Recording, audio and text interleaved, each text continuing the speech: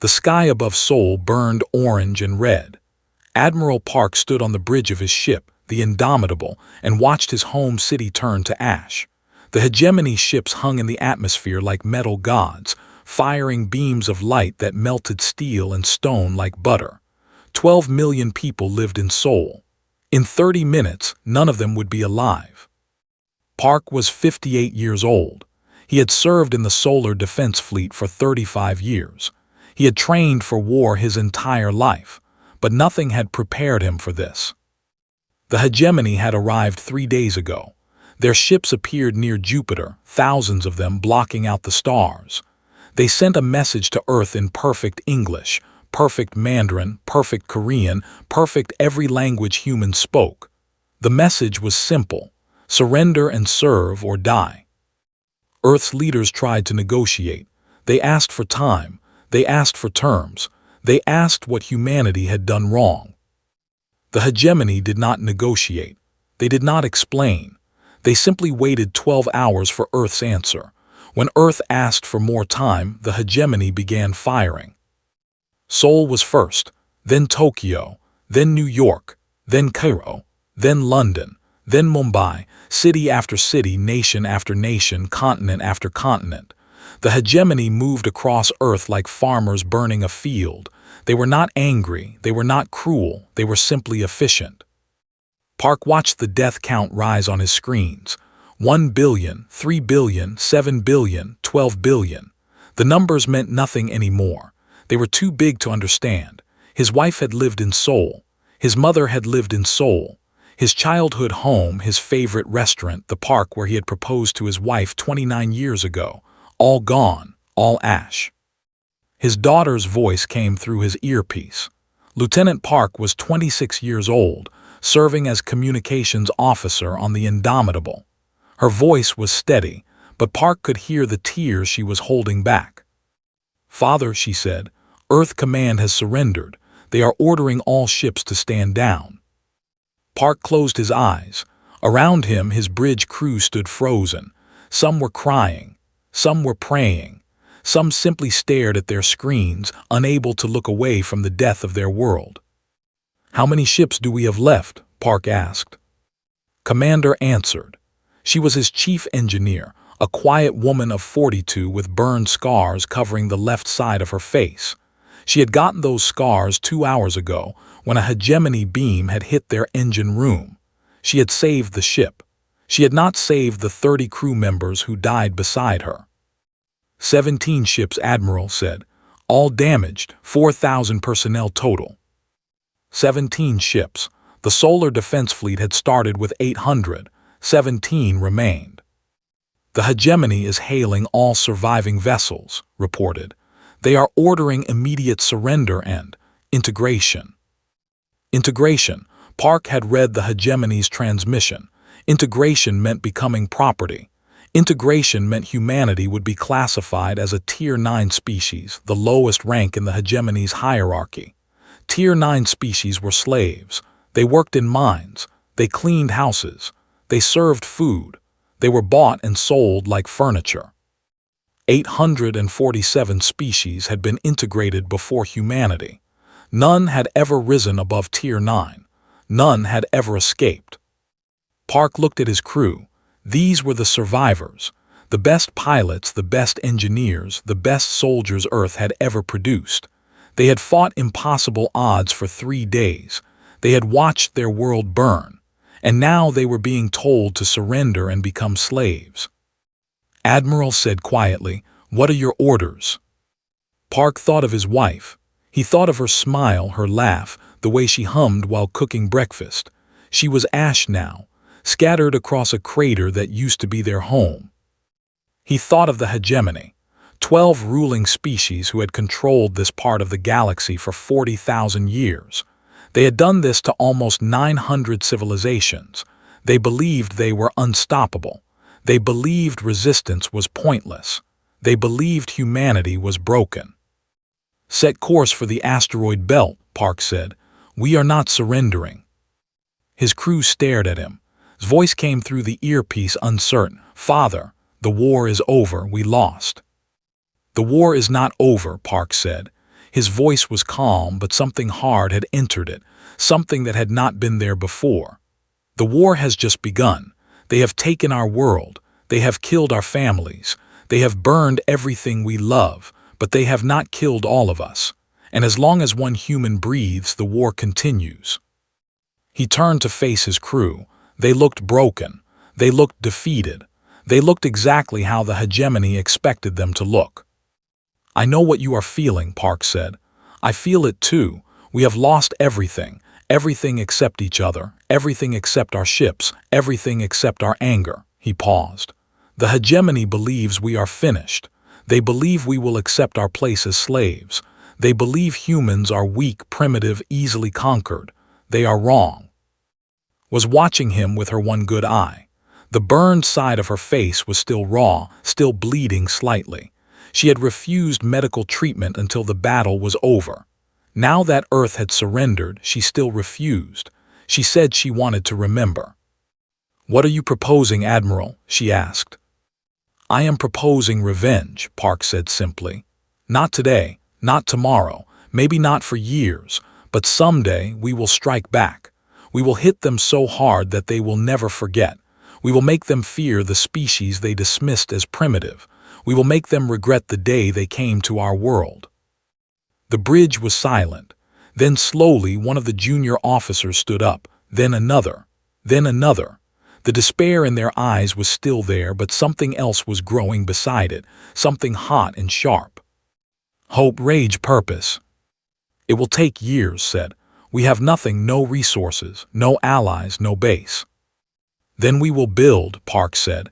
"We will hide, we will learn, we will steal their technology and make it better. We will study their weaknesses and exploit them. We will become the thing they never expected, a threat." He looked at his daughter's station, though she was not on the bridge. "I want you to record a message. Encrypt it with our highest security. Send it to every human resistance cell, every surviving ship, every hidden base we know of." "What should the message say?" asked. Park thought for a moment. Then he spoke, and his words would echo through human history for centuries to come. "They believe we are broken, they are wrong, we will have one chance, one strike, and it will be enough." The Indomitable turned away from Earth, away from the burning ruins of human civilization, and flew toward the darkness of the asteroid belt. 16 other ships followed. 4,000 humans, the last free humans in the solar system, disappeared into the black. Behind them, the hegemony began their integration.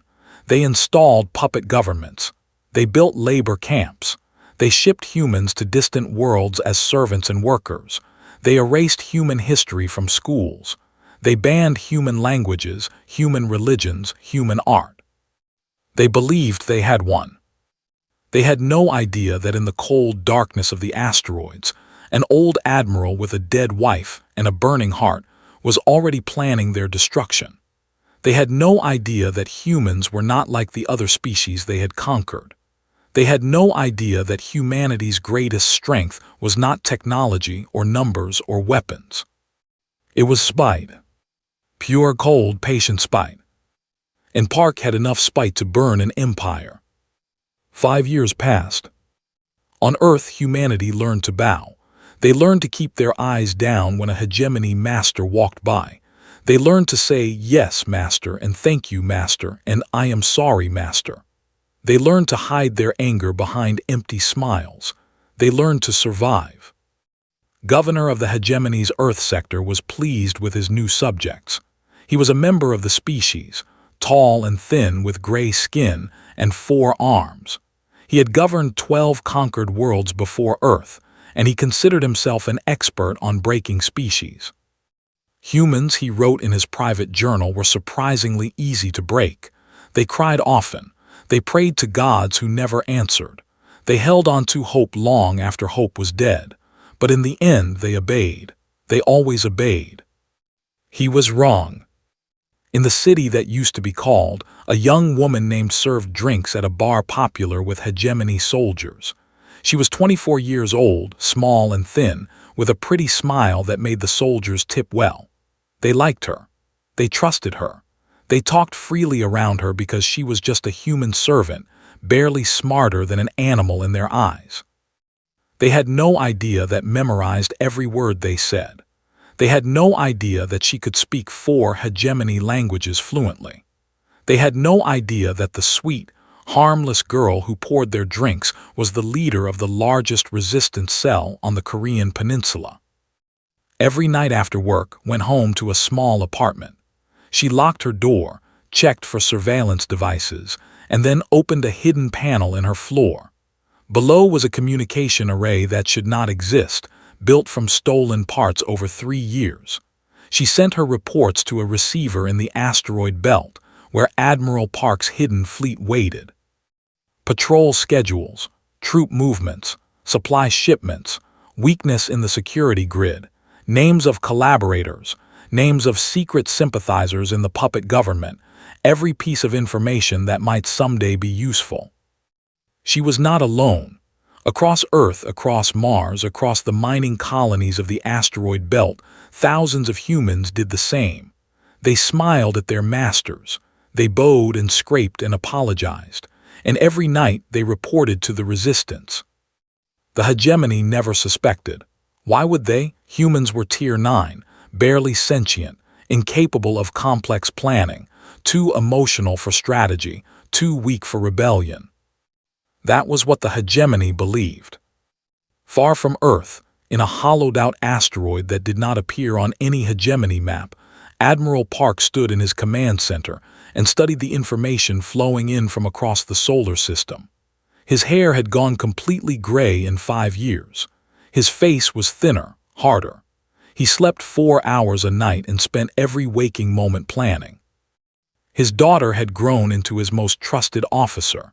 She ran the intelligence network now, coordinating thousands of agents across dozens of worlds.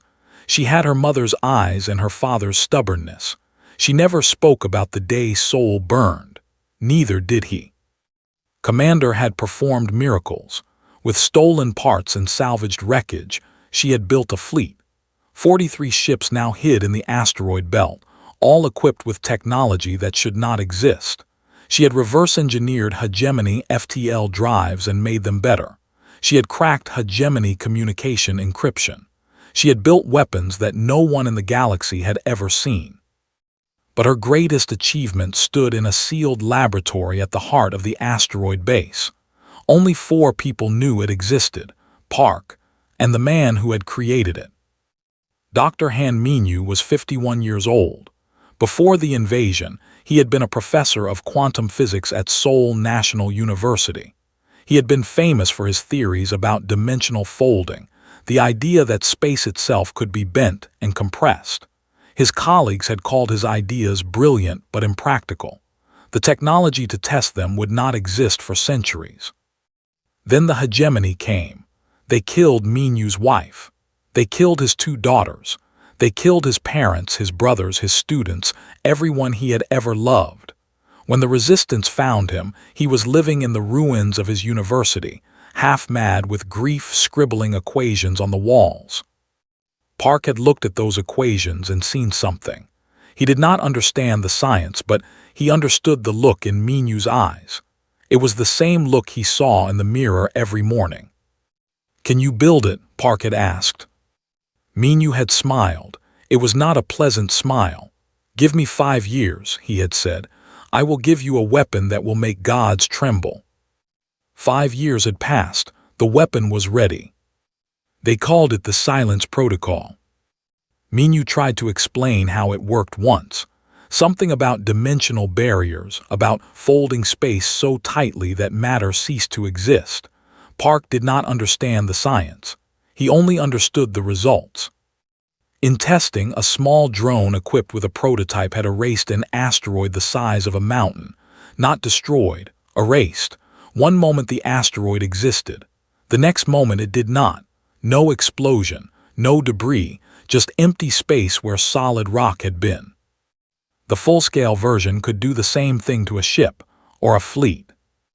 Had studied the test results with her one good eye. She had not gotten her burns treated. She said they reminded her why she was fighting. "This changes everything," she had said quietly.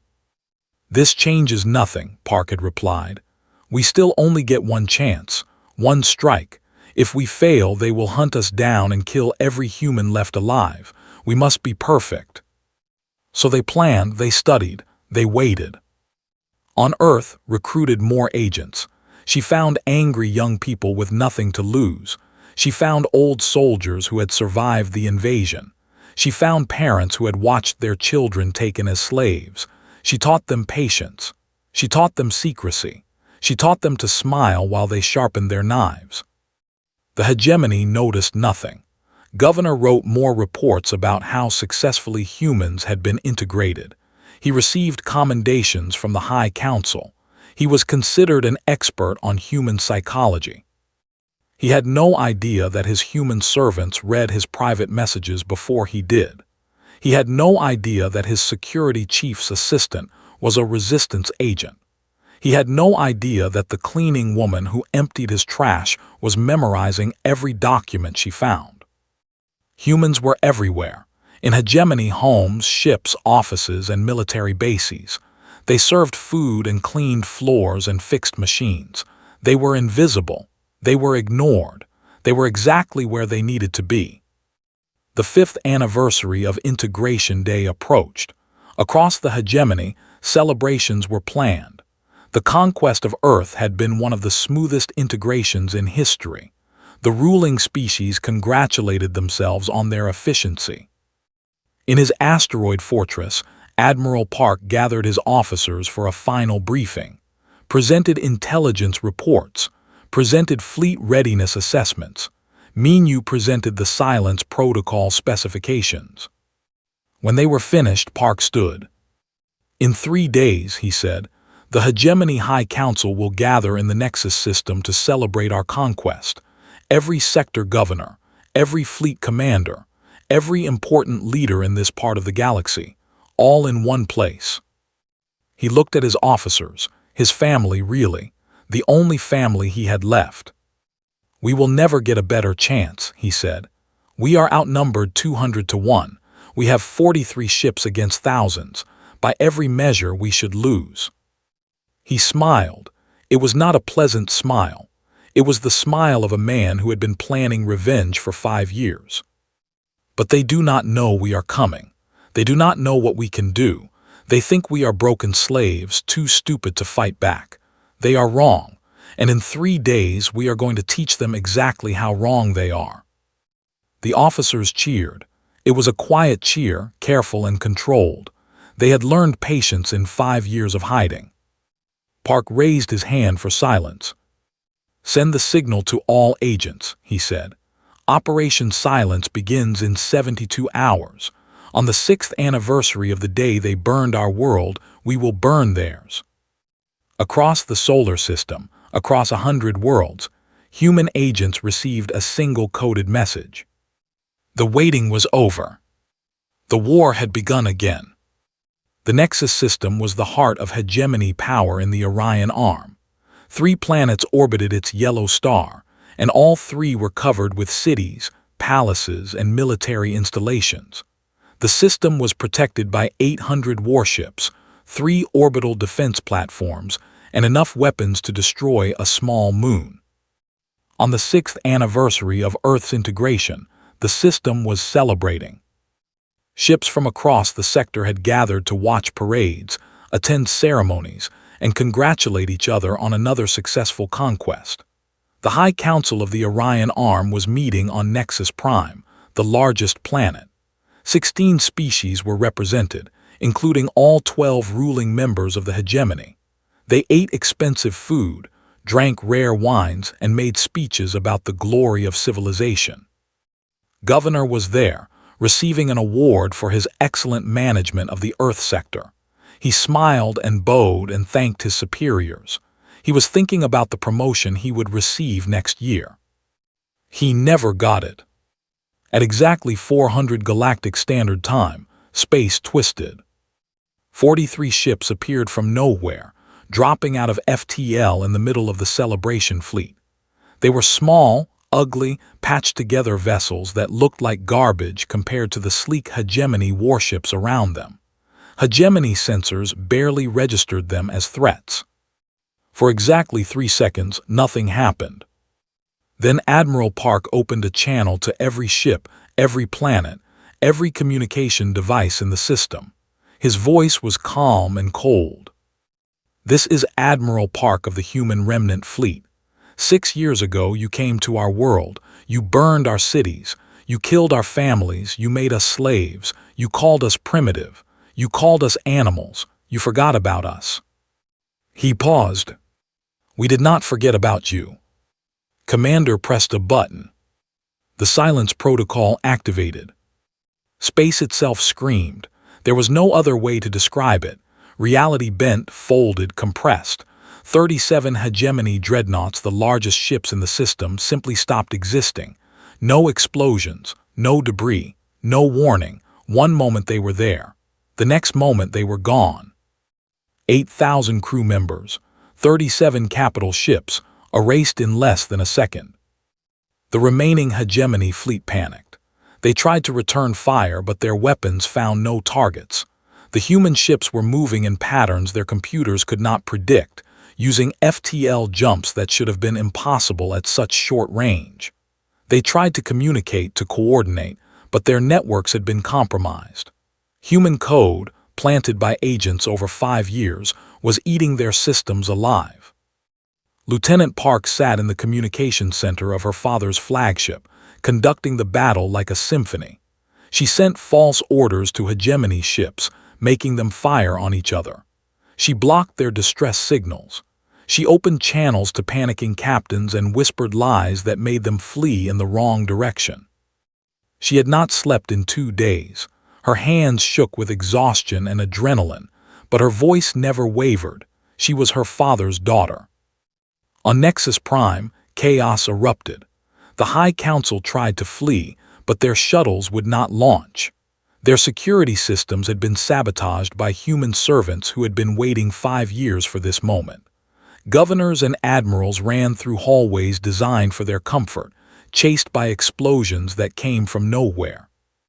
Governor died in his private quarters. The bomb had been hidden in his favorite chair 3 years ago by the cleaning woman he had never bothered to learn the name of. In space, the battle continued. Human ships darted through the hegemony formation like wolves among sheep. They were faster, more agile, more unpredictable. They used weapons no one had ever seen, weapons that bent light and folded space and turned hegemony shields into paper. Dr. Han Minyu watched the destruction from his station. He should have felt satisfaction. He should have felt joy. He felt nothing. His wife was still dead. His daughters were still dead. No amount of hegemony blood would bring them back. But he kept working. He monitored the silence protocol, making adjustments, improving efficiency. Every equation he solved, every modification he made, meant more enemy ships would die. It was not enough. It would never be enough, but it was something. The battle lasted 16 hours. By the end, the hegemony's Nexus system command structure was gone, not defeated, erased. 94% of sector leadership was dead. Their flagship fleet was destroyed or scattered. Their unbreakable communication network was broken. Losses on the human side: 11 ships, 2,000 personnel. Admiral Park stood on his bridge, surrounded by exhausted, wounded crew members. His flagship was damaged. His body was tired, but his eyes burned with something that had been building for 6 years. He opened a channel to the entire system, to the survivors, to the prisoners, to the servants and slaves who had watched their masters fall. "This is Admiral Park," he said. "The hegemony told you that humans were primitive, that we were weak, that we could never threaten their power. They were wrong." He paused, letting the words sink in. "Today we have proven that no species is too small to fight back. No conquest is permanent. No empire is invincible. The hegemony bleeds just like everyone else. Remember that. And remember this: we are not finished.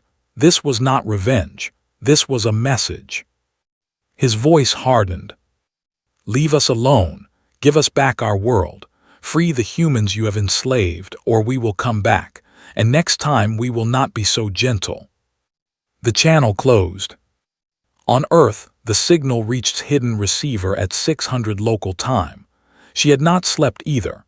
She had been waiting, hopping, praying to God she was not sure she believed in anymore. When she heard Park's voice, she cried. Then she wiped her tears and sent her own signal. Across the planet, across 100 cities and 1,000 resistance cells, the uprising began. Hegemony governors woke up to find their guards gone, replaced by humans with guns and burning eyes. Military bases exploded as sabotage planted years ago finally activated. Puppet government officials were dragged from their beds and given a choice: stand with humanity or face human justice. Most chose to stand with humanity. The ones who did not were never seen again. By sunset, Earth was free. Stood in the ruins of Central Square, surrounded by cheering crowds. Hegemony flags burned. Human flags, hand-sewn in secret over 5 years, flew from every building. People were crying, laughing, screaming with joy. An old man grabbed her hands. He was weeping. "Is it really over?" he asked.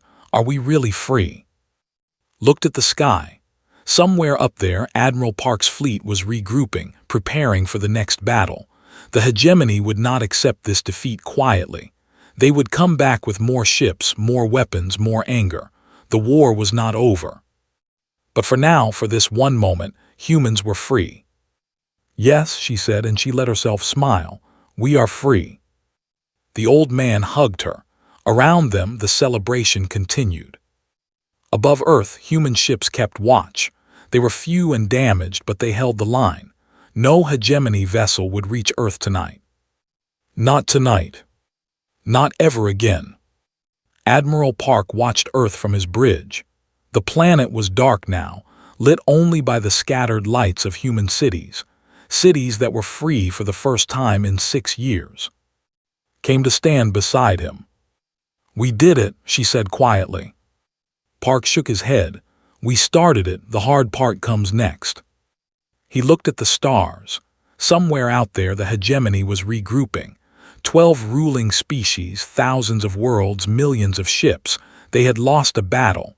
They had not lost the war. But neither had humanity. "Prepare the fleet," Park said. "Send messages to every human in the galaxy. Tell them what we did today. Tell them what we can do tomorrow. The hegemony's time is over." He turned to face his crew. "Our time has begun."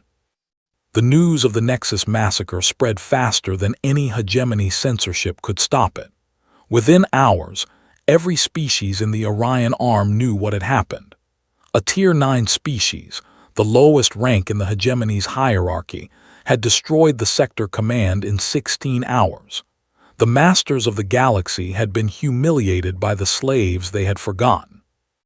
On the hegemony, panic erupted. High Arbiter of the species called an emergency council of the 12 ruling members. He was furious. His 4 arms trembled with rage as he addressed the assembled leaders. "This is unacceptable," he said. "A Tier 9 species does not destroy our fleets. A Tier 9 species does not assassinate our governors. This is impossible. This cannot have happened." But it had happened. The evidence was undeniable. Thousands of recordings from surviving ships showed human vessels tearing through the hegemony formation. Millions had watched Admiral Park's broadcast. The sector command was gone. Governor was dead. The Nexus system was in human hands.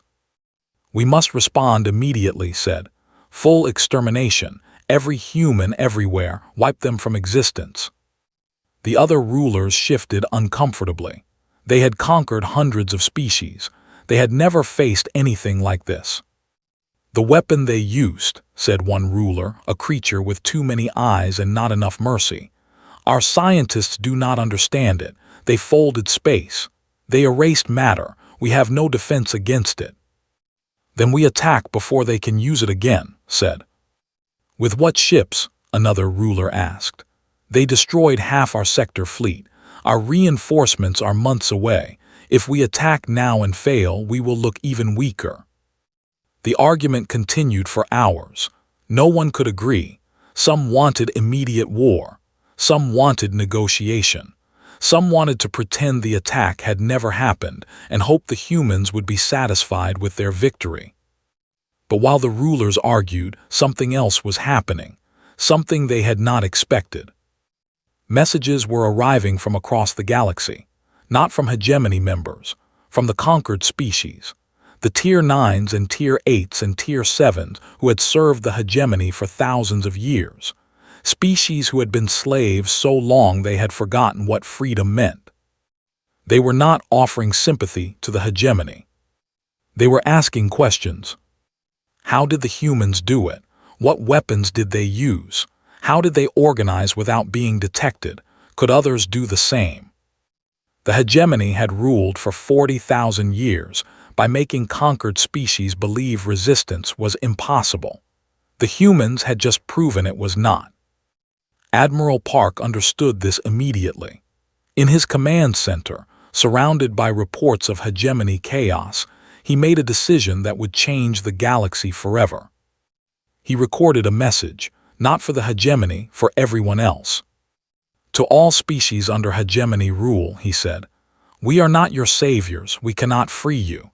We are too few, too weak, too far away. But we can tell you something important. The hegemony is not invincible. They bleed, they break, they can fall." He paused, choosing his words carefully. For 40,000 years they told you resistance was futile. They told you submission was your only choice. They lied. We are proof. If humans can fight back, so can you. What you do with that knowledge is your choice. But know this, you are not alone. The universe is watching, and we will remember what you do next. The message spread like fire. Within days, resistance movements erupted across 12 systems. Species that had been passive for centuries suddenly remembered how to fight. Hegemony governors woke up to find their workers on strike, their systems sabotaged, their authority challenged. The hegemony was forced to redirect their planned attack on Earth to suppress the uprisings. Thousands of ships that should have been hunting humans were instead fighting fires across their empire. Commander watched the chaos from her engineering bay and allowed herself a small smile. "They are spreading themselves thin," she said to Admiral Park. "Every rebellion they crush creates two more. They cannot maintain control." Park nodded. "But they will try, and eventually they will come for us. How long do we have?" Smile faded. "My best estimate, 2 years, maybe less. They are already working to understand the silence protocol. Once they develop a counter, our advantage disappears." "Then we have 2 years to prepare for the end of everything," Park said. He called his officers together. His daughter, exhausted but determined, with her burned scars and her brilliant mind. Minyu, quiet and focused, already working on new equations. And newly arrived from Earth, promoted to major for her role in the uprising. "The hegemony will not make the same mistake twice," Park told them. "When they come for us again, they will come with everything they have. Thousands of ships, maybe millions. They will throw the full might of their empire at us because they cannot afford to lose again." He looked at each of them in turn. "We must be ready, not just to survive, to win, to make them so afraid of us that they will never threaten humanity again." Spoke first. "I am already training new engineers. We are building more ships, improving our weapons. In 2 years, we could have a fleet of 500. 500 against millions," said. "Those are not good odds." "The odds at Nexus were worse," Park replied. "We did not win because we had more ships. We won because we were smarter, faster, and more determined. We must do the same again." Minyu raised his hand. The quiet physicist rarely spoke in meetings, preferring to let his work speak for him. When he did speak, everyone listened. "I have been working on something," he said. "A modification to the silence protocol. I call it Protocol Omega." "What does it do?" Park asked. Minyu was silent for a long moment. When he spoke, his voice was flat, emotionless. It is a deterrent. The Silence Protocol can destroy ships. Protocol Omega can destroy worlds. If we activate it, targeted at the 12 hegemonies simultaneously, we could end their civilization in a single moment. The room was silent. You want to destroy 12 planets, said slowly. Billions of lives. I want to never use it, Minyu replied. But I want them to know we could. Fear is a weapon. If they believe we can destroy them, they may decide we are not worth the cost. Park thought for a long time. He thought about soul burning. He thought about 12 billion humans dead on Integration Day. He thought about all the species the hegemony had conquered, all the civilizations they had erased. Build it, he said finally, but pray we never need it. Minyu nodded and returned to his laboratory. On Earth, resistance cells transformed into a planetary defense force. Every human learned to fight. Every city became a fortress. Children who had grown up as slaves now trained to be soldiers. The hegemony noticed. Their spies reported that Earth was arming itself, that humans were building ships, that the primitive species was preparing for war. The 12 ruling members finally reached a decision. The Grand Extermination Fleet would be assembled, 12,000 ships from every corner of the empire, the largest military force in hegemony history. Their mission, the complete extinction of humanity. It would take 18 months to gather, 18 months for the hegemony to bring their full power to bear. 18 months for humanity to prepare for the end of everything. In his command center, Admiral Park received the intelligence report. 12,000 ships, more firepower than humanity had ever faced, more than they could possibly defeat. He read the report twice, then he set it aside and called his daughter. Begin recruitment, he said. Every human who can hold a weapon, every ship that can fly, every engineer, scientist, pilot, and soldier. We have 18 months to save our species. Nodded, and if we fail. Park looked at the stars. Somewhere out there, the largest fleet in history was gathering to destroy everything he loved. Then we make them remember us, he said. We make them remember that humans do not surrender. We make them remember that even at the end we fought. And maybe, someday, another species will hear our story and find the courage to do the same. He straightened his shoulders. But we are not going to fail. The hegemony thinks they know what humans are capable of. They are wrong. They have seen us broken.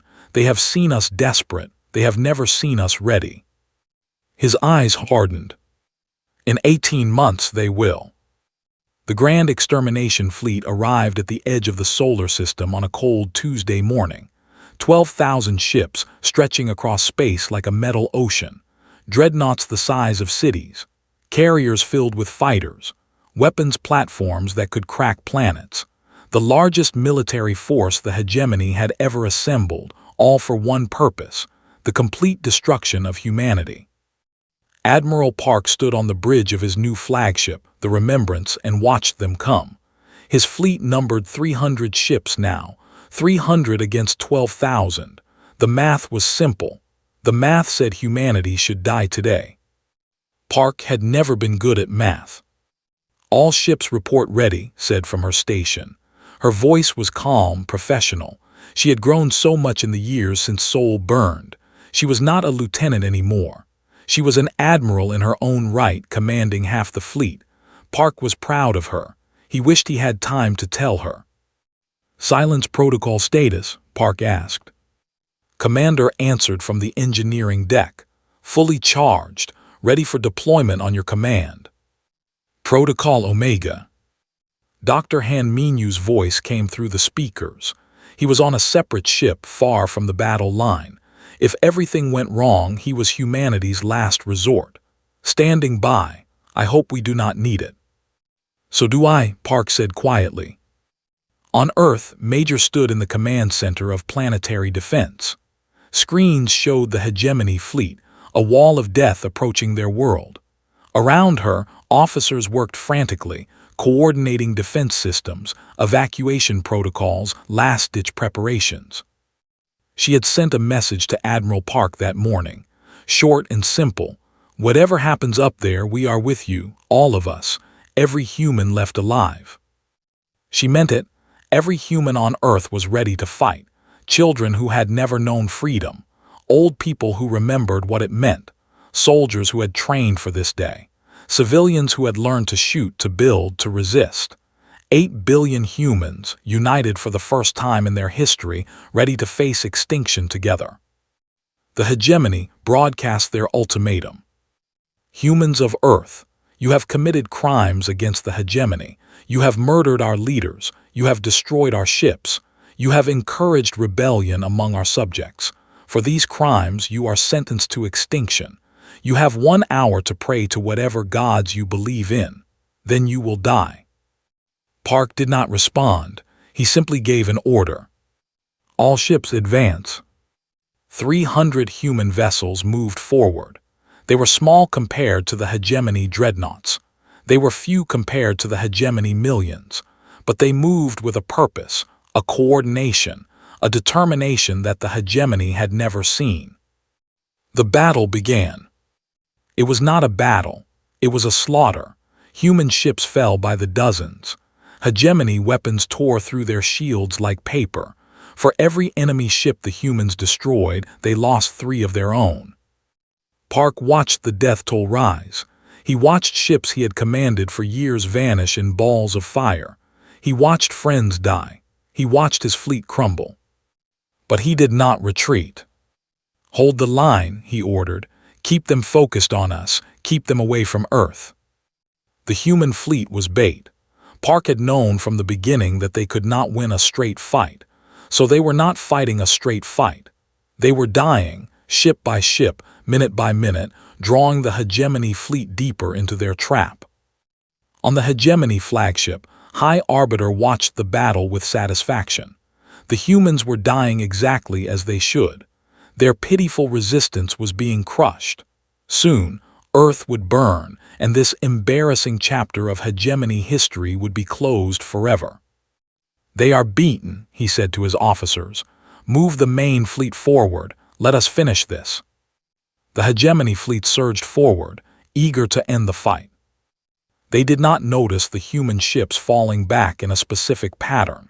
They did not notice the subtle changes in their positioning. They did not notice that they were being herded. Admiral Park watched the enemy formation tighten, exactly as planned. "Now," he said, activated the silence protocol. But not like before, not targeting individual ships. This time she had modified it. This time she targeted space itself. A sphere of folded space erupted in the center of the hegemony formation. 3,000 ships were caught in its radius. 3,000 ships ceased to exist, not destroyed, erased, gone as if they had never been. The remaining 9,000 ships scattered in panic. Their formation broke. Their coordination collapsed. Captains screamed orders that no one followed. Ships fled in every direction, desperate to escape the invisible death that had claimed their comrades. On the hegemony flagship stared at his screens in horror.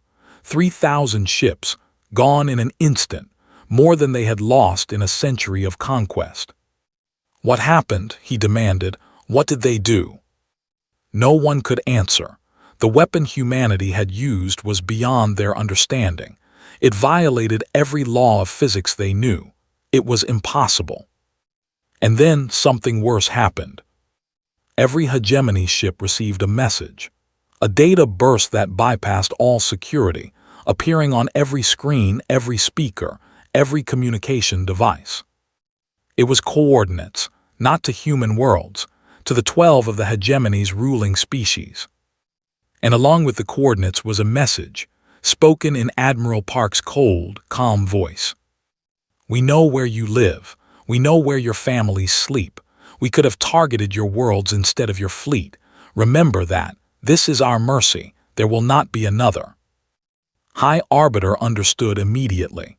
The humans were not just threatening to destroy their fleet. They were threatening to destroy their civilization, 12 planets, billions of lives, everything the hegemony had built over 40,000 years. "It is a bluff," one of his officers said. "They cannot have weapons capable of reaching our—" "Can we be certain?" asked. No one answered. No one could be certain. The humans had already done the impossible twice. Who knew what else they were capable of? Looked at his fleet. 9,000 ships remained, but they were scattered, terrified, and broken.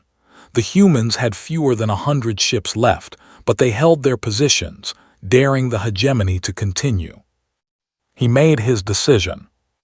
All ships retreat. The grand extermination fleet turned and fled. 12,000 ships had come to destroy humanity. 9,000 limped home in shame. Behind them, a handful of battered human vessels watched them go. Park stood on his damaged bridge, surrounded by exhausted crew members. His flagship was barely holding together. His fleet was in ruins, but Earth was safe. Humanity had survived. His voice came through the speakers. She was crying. "Father, they are retreating. We won." Park closed his eyes. He thought of his wife, dead these 7 years. He thought of Seoul, now rebuilt. He thought of all the humans who had died to make this moment possible. "Yes," he said softly, "we won." 1 year later, the hegemony officially recognized human sovereignty. They had no choice. The 12 ruling species feared humanity more than they had feared anything in 40,000 years. The weapon that could erase ships, the weapon that threatened the species that refused to stay broken. They wanted no more war with humans. Admiral Park refused to become a conqueror. He had fought for survival, not empire.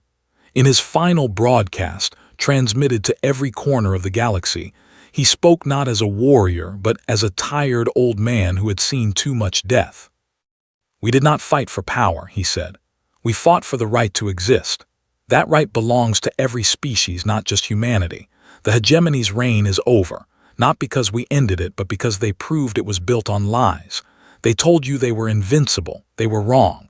They told you resistance was futile. We proved them wrong. What you do now is up to you. We will not rule you. We will not save you, but we will remember what you do next. The galaxy is watching. So are we." He retired to a small house on the rebuilt shores of.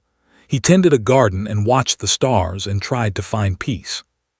Became the head of human defense, training the next generation to protect what they had won. Minyu destroyed his notes on Protocol Omega. Some weapons, he decided, should only exist once. Took command of humanity's fleet, keeping watch over a galaxy that was finally, truly changing. And returned to her to rebuild, carrying memories she could never forget and a future she had helped create. Across the galaxy, species that had been slaves began to rise. The hegemony fractured, its power broken by a single counterattack from a species they had dismissed as primitive. The galaxy was silent. But it was the silence of respect, not submission. The silence of a universe that had learned, for the first time in 40,000 years, to fear the species that refused to stay broken. Humanity endured. And the stars at last were free.